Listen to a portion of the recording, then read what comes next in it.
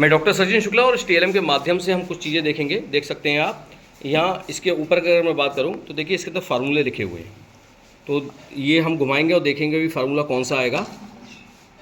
चलिए बताइए रहा, a + b की घात 2 का फार्मूला क्या होता है बताओ।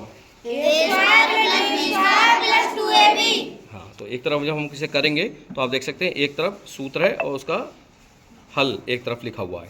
चलिए हम दोबारा घुमाते हैं इसे और हमारे सामने आ गया a + b की घात 3। बताइए a + b की घात 3 का फार्मूला क्या होता है। इसके साथ साथ इसके अंदर देखिए हमने कुछ, ये आप देख सकते हैं ये फिगर हैंगी इसके अंदर जो आपको दिखाई दे रही हैं। जरा ये आप बता सकते हैं क्या फिगर है बच्चों। घन। घन के अंदर क्या तो लंबाई चौड़ाई ऊंचाई बराबर होती है, तो लंबाई को भी भुजा कह देते हैं, चौड़ाई को भी भुजा और ऊंचाई को भुजा। तो घन का आयतन कितना हो गया, भुजा का क्यूब। अगर हम बात करें घनाव की तो घनाव का आयतन कितना हो गया, ऊंचाई। अच्छा भाई, अगर हम बात करें वृत्त के क्षेत्रफल की तो वृत्त का क्षेत्रफल कितना होता है, πr²। अगर हम बेलन की बात करें तो बेलन कैसे बनता है, कई सारे अगर वृत्त को एक के ऊपर एक के रखते चले जाए तो बेलन बन जाता है।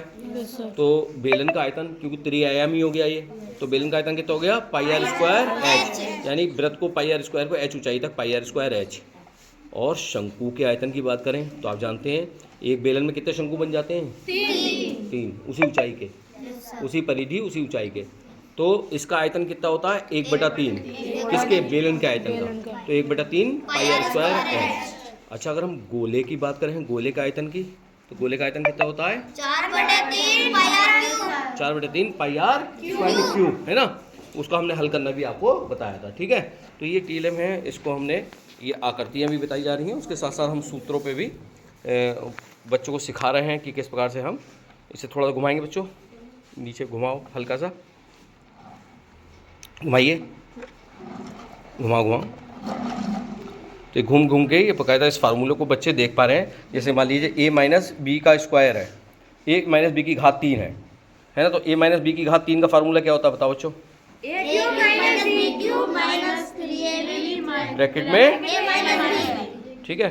तो मैं डॉक्टर सचिन शुक्ला, आप सभी का बहुत बहुत धन्यवाद।